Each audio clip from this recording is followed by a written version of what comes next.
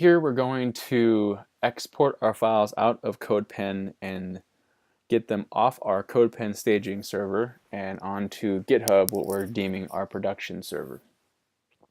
CodePen Pro has a lot of features here, but it also has some limitations. One of the first ones being to get past those limitations, you have to upgrade your account from the starter to the developer plan and so on. So we use CodePen projects for staging. And one of the first, some of the issues that you might run into here is the inability to upload large files. And on GitHub, we don't have those issues. But also on GitHub, we don't have a development environment. So we're using the strengths of each service. Our process has 3 steps. The first step is to either get or make files. And if the project is existing, we're going to get files. And since this is a new project, we need to make those files.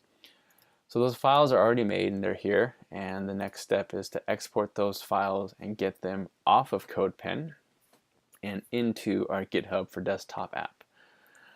So once that's ready, you can download the zip file. So now that we have that, we can take our files and folders and turn it into a repository. And a repository is a collection of files and folders, version controlled files and folders. And so what we want to do now is we can't add a repository, which makes complete sense because it's not a repository, it's just a set of files and folders. And because it's a new set of files and folders, stay with me, right? We want to turn this into a repository. So we're just going to go ahead and click on create repository, and here is our name. This is where it's at. And we want to initialize this repository. Okay? And essentially what we're doing by this is just turning it on and go ahead and hit create repository, and there is all the files that we added. And so right now the GitHub for Desktop app is watching us work. So any changes or revisions to this will be reflected here. Currently, our repository is on our local computer, and we need to get it up to GitHub. And we can confirm this by going to the backend, so the github.com address / your username. So github.com/my username. And if I go to repositories here, I don't see web test anywhere, and I can even search for web and test, and I just don't see it there. So right now, it's still on our local computer, right?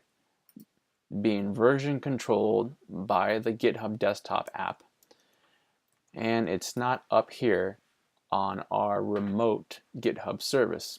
So our files are here locally. We're going to use the app to watch us do local work, and we're also going to use the app to push it up to GitHub. And to do that, we're going to, from the app, and because we haven't made any changes, and it says right here, no local changes, so that means everything is the most up-to-date version, we can go ahead and publish this repository and keep the name as is, and simply hit publish repository, and depending on the speed of the internet, it should be up there.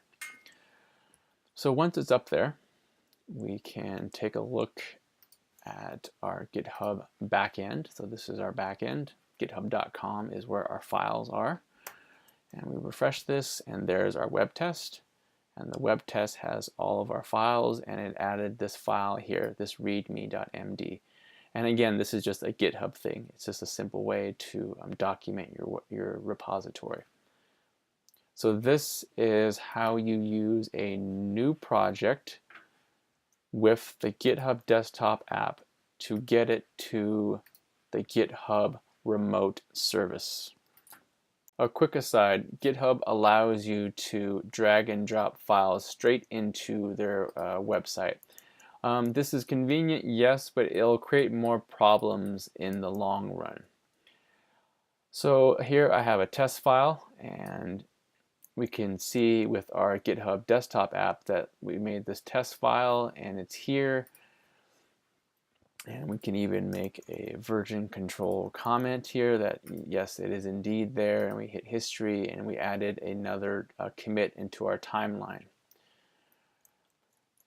But if we take this and simply drag it into here, we're going to make another commit message, maybe the same one, called test test. And in order to get this into our repository, we're going to have to make commit changes there. Now we have a potential conflict because we have a commit message from the website and we have a commit message also on the GitHub for Desktop app. And if you're confused, so is GitHub. So it's best to avoid the drag and drop. The other reason why we want to avoid the drag and drop once our projects become complicated like they are now and they have more than just a single file is we don't have the ability very easily to delete or rename this folder. So now we're stuck with this test folder that we have to download again and go through the process yet again.